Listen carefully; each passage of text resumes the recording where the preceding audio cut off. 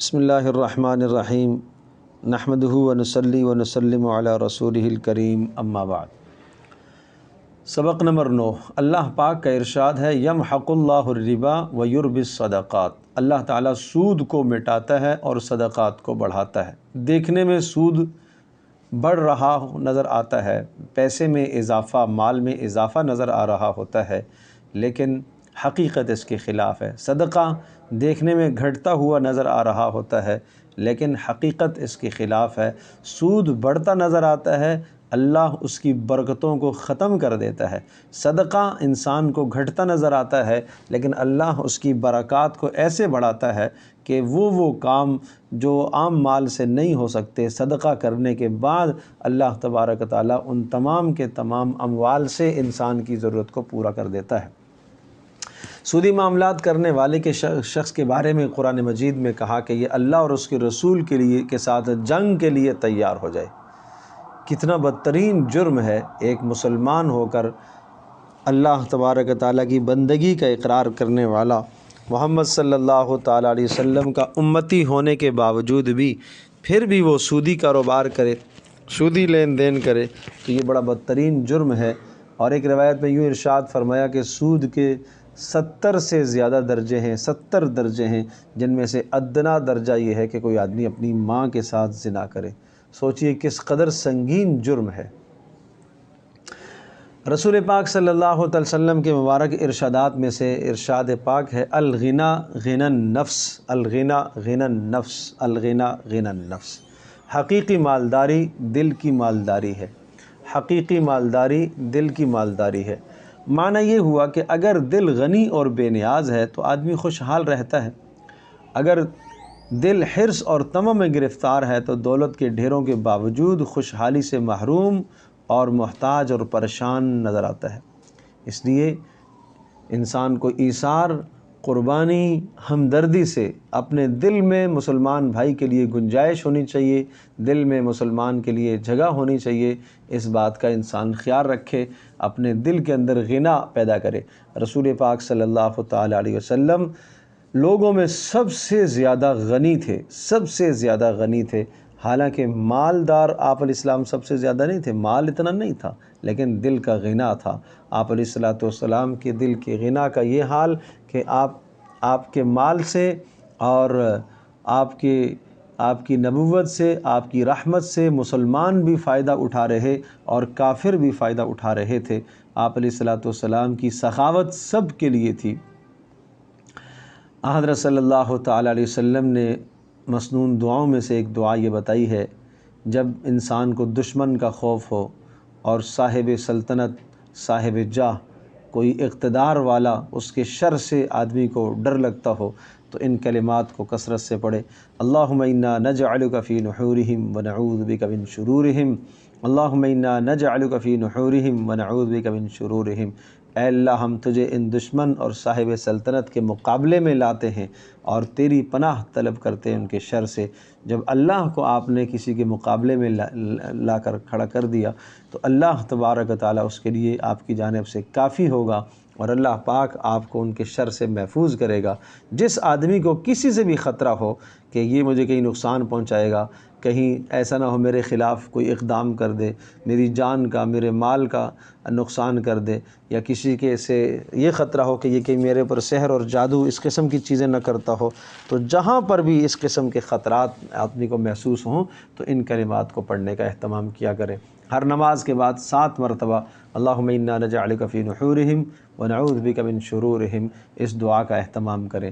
بچوں کو بھی یہ یاد کرائیں، یہ ہماری اس وقت کی ضرورت ہے۔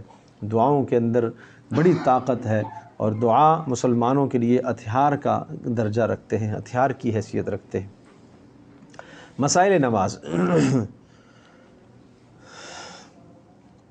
مفسدات میں سے بقیہ 9 مفسدات۔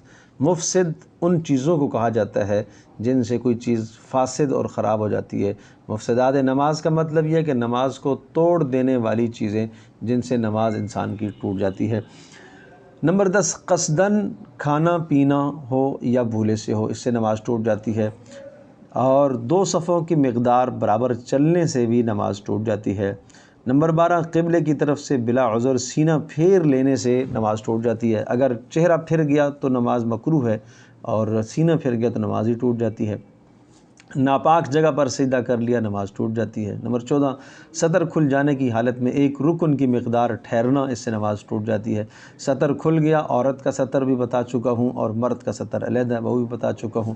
اگر ایک رکن کی مقدار یعنی 3 مرتبہ سبحان ربی العظیم یا سبحان ربی الاعلیٰ کہنے کی مقدار میں سطر کھلا رہا تو نماز ٹوٹ جائے گی۔ نمبر 15 دعا میں ایسی چیز مانگنا جو آدمیوں سے مانگی جاتی ہے۔ دعا نمازوں میں وہی دعائیں پڑھی جائیں جو اللہ کے سے مانگی جاتی ہیں چیزیں، اور خاص طور پر نمازوں میں وہی دعائیں پڑھی جائیں جو قرآن میں اور حدیث میں آئی ہیں، انہی دعاؤں کو پڑھا جائے۔ اتحیات کے بعد، درود شریف کے بعد آگے جو بھی دعا آپ پڑھ سکتے ہیں، جتنی دعائیں پڑھنا چاہیں پڑھ سکتے ہیں، صرف ربنا آتنا نہیں، اور دعائیں اگر پڑھنا چاہتے ہیں تو مذائقہ نہیں ہے، بالکل پڑھ سکتے ہیں۔ امام کے ساتھ ہیں تو جب تک امام سلام نہیں پھیر رہا، جو دعائیں آپ کو یاد ہیں وہ ساری کی ساری دعائیں آپ پڑھ سکتے ہیں، کوئی مذائقہ نہیں ہے۔ اسی طرح سے درد یا مصیبت کی وجہ سے اس طرح رونا کہ آواز میں حروف ظاہر ہو جائیں، درد یا مصیبت سے اس طرح سے رونا کہ آواز میں حروف ظاہر ہو جائیں، اس سے بھی آدمی کی نماز ٹوٹ جاتی ہے۔ اور نمبر 17 بالغ آدمی کا نماز میں قہقہ مار کر آواز سے ہنسنا، اس سے بھی آدمی کی نماز فاسد جاتی ہے۔ اور بالغ آدمی اور نماز ایسی نماز ہو جو رکوع اور سجدے والی ہو، اگر نماز جنازہ میں قہقہ ہے تو اس سے نماز نہیں فاسد ہوتی۔ اور اسی طرح سے امام سے آگے بڑھ جانا، اس سے بھی یعنی دوران نماز امام سے آگے چلا جانا، اس سے بھی آدمی کی نماز فاسد ہو جاتی ہے۔ تو یہ وہ امور ہیں جو مفسدات نماز کہلاتے ہیں، ان سے آدمی کی نماز ٹوٹ جاتی ہے، اور ان امور سے نماز کے دوران بچنا چاہیے۔ اسلامی تاریخ کے حوالے سے یہ بات ذہن نشین فرما لیں، آپ صلی اللہ تعالیٰ علیہ وسلم کے مؤذنین، جن لوگوں نے رسول پاک صلی اللہ علیہ وسلم کے سامنے یا آپ کے کہنے پر اذانیں دی ہیں، حضرت بلال بن رباح رضی اللہ تعالیٰ عنہ مشہور صحابی ہیں۔ حضرت بلال مسجد النبوی کے مؤذن تھے۔ حضرت عبداللہ بن ام مکتوم رضی اللہ تعالیٰ عنہ، یہ بھی نبی علیہ السلام کے مؤذن تھے۔ حضرت سعد القرظ رضی اللہ تعالیٰ عنہ، یہ بھی اذان دیا کرتے تھے۔ اور حضرت ابو محذورہ رضی اللہ تعالیٰ عنہ، یہ بھی رسول پاک صلی اللہ علیہ وسلم کے زمانے میں اذان دیا کرتے تھے۔ تو ان کو رسول پاک صلی اللہ علیہ وسلم کے مؤذنین کہا جاتا ہے۔ سیدنا ابوبکر صدیق رضی اللہ تعالیٰ کا ایک واقعہ، یہ ایک واقعہ اضافہ ہم کیا ہے آج کے اس سبق میں، اور انشاءاللہ ہم اپنے اس سبق کو اور زیادہ سے زیادہ بہتر اور اس کو دلچسپ بنانے کی کوشش کریں گے۔ اور اس میں ہمارا خیال ہے کہ انشاءاللہ اب خواتین کے لیے بھی الگ سے اور بچوں کے لیے بھی الگ سے ہم کوئی پوسٹ انشاءاللہ چند دنوں میں انشاءاللہ شروع کرنے والے ہیں۔ اور مجھے امید ہے، چونکہ میں نے جو رغبت اور شوق دیکھا ہے، تو اس رغبت اور شوق کے بعد خیال ہوا کہ انشاءاللہ ہم مزید اس میں اور محنت کریں گے۔ اللہ تبارک و تعالیٰ آپ سب کی محنتوں کو قبول کرے۔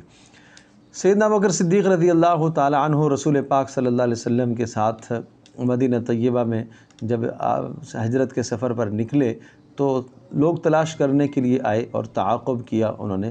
تو ایک شخص آیا اور وہ رسول پاک صلی اللہ علیہ وسلم کو تو نہیں جانتا تھا، ابوبکر صدیق رضی اللہ تعالیٰ عنہ کو جانتا تھا۔ تو ابوبکر صدیق سے پوچھا کہ یہ آدمی آپ کے ساتھ کون ہے؟ تو کہا کہ یہ وہ رجل ہے، ھذا الرجل یہدنی السبیل، یہ میرا رہبر ہے، مجھے راستہ دکھاتا ہے۔ تو اس شخص نے یہ سمجھا کہ رہبر سے مراد یہ کہ یہ کہیں جا رہا ہے اور راستہ دکھانے کے لیے کوئی اور آدمی اس کو ملا نہیں، تو اس کو اس نے لے لیا، لہذا راستہ دکھا رہا ہے۔ اور ابوبکر صدیق رضی اللہ تعالیٰ عنہ کی مراد یہ تھی کہ یہ راستہ مجھے آخرت کا راستہ دکھا رہا ہے، یہ اللہ کا نبی ہے اور مجھے آخرت کا صراط مستقیم کا راستہ دکھا رہا۔ اس طرح سے جان بھی بچ گئی اور جھوٹ بھی نہیں ہوا۔ تو کتنی اہم بات ہے، جب انسان جھوٹ بولنے سے بچنے کی کوشش کرتا ہے تو اللہ پاک ایسے اسباب بناتا ہے اور اللہ پاک دل میں ایسی باتوں کو ڈالتا ہے۔ بہرحال جھوٹ سے آدمی کو بچنا چاہیے۔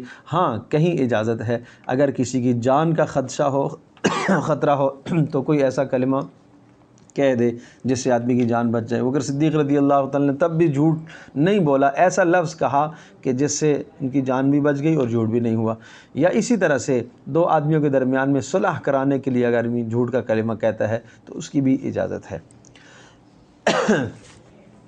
طب نبوی صلی اللہ علیہ وسلم، رسول پاک صلی اللہ علیہ وسلم نے فرمایا کہ زیتون کا تیل کھاؤ، اسے لگاؤ، کیونکہ اس میں 70 بیماریوں سے شفا ہے اور جن میں سے ایک کوڑ بھی ہے۔